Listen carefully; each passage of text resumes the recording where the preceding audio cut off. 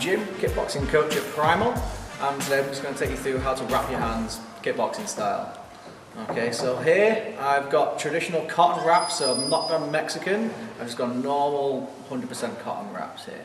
I've got a 4m50 or a 180-inch wrap, which is a lot longer than a lot of people use, but the wrist is going to take a lot of beating with the heavy punches we're going to be throwing, so we need to be able to protect our wrist properly. So I'm going to start with the thumb loop of the hand wrap, obviously which I'm going to put my thumb through.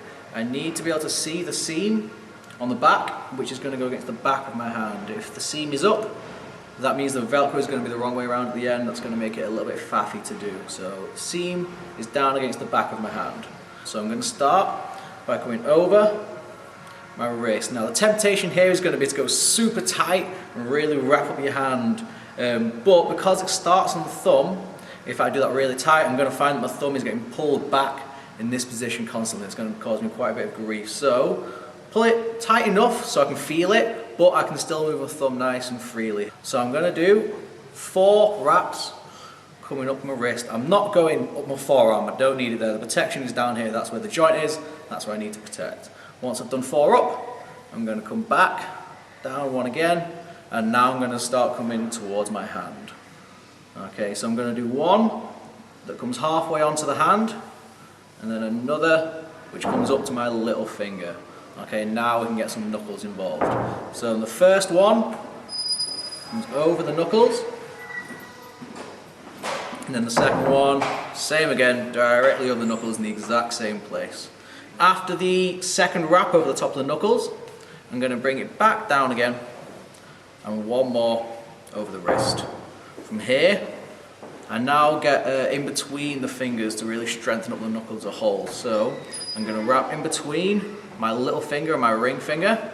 It's back down to where it started, over the wrist. Now what that's doing is attaching my finger to my wrist. So instead of strapping up here as 1, and strapping up here as 2, I'm attaching here to here all the time to make it stronger at the wrist joint. So I've gone over the wrist, now I come between the next 2 fingers. So between my ring finger and my middle finger, again back over the wrist. Index finger and middle finger, and back over the wrist. And now that's fully attached my fingers to the rest of my arm there. And now I just need to tie off. See, it's quite open here, and that's going to get in the way if it gets snagged on anything. So I need to tie that down with 1 more wrap over the knuckles into this position. Okay, so I can already feel that's quite tight on me there, and that's good. The thumb's still nice and loose. It's exactly how we want it. And now you might find that you've got so much strap left. All I'm going to do is finish off the strapping by going back over the wrist, over the knuckles, and back over the wrist, basically just to finish off whatever you've got left. When you've got about a foot or so of strap left, send it over the wrist just to finish it off there. Pull it nice and tight, and just strap that down and just rotate, just twist it into your arm to make sure it's nice and tight the whole way around. Now if you've done it successfully, you should find I've still got movement in my fingers. They've not gone purple, they don't feel like they're going to pop off. My thumb can move nice and freely. You'll notice that unlike some wrapping methods, I've not wrapped my thumb whatsoever. And this is just personal preference. You can wrap your thumb. If I wrap my thumb this way, which is the way I'm meant to wrap it, I will always at some point throughout my session feel like I need to unstrap it and redo it again because my blood is just lacking, my thumb is just lacking circulation, it's feeling tight, I'm getting pins and needles, and it's just not comfortable. So personally I prefer to leave it out and let the glove protect my thumb. Okay, so now I've wrapped my right hand, I also need to do the same for my left. It's the exact same process, just in reverse. So I'm going to loop my thumb and come over my hand this way. Wrist, knuckles, fingers to wrist, over and over, the exact same process. After you've used your wraps and trained hard with them, make sure you wash them. The cotton will absorb all the sweat, which will hopefully keep your gloves a little bit cleaner as well.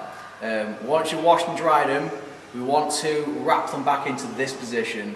Now you will get annoyed at this at the start because it's quite a faff, it takes about 5 minutes to wrap the whole thing up.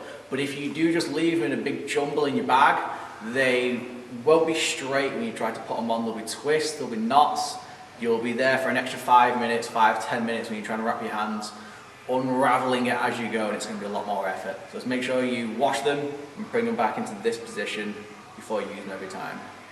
Thanks for watching. Our next video is going to be on guard and stance, and I'll see you then.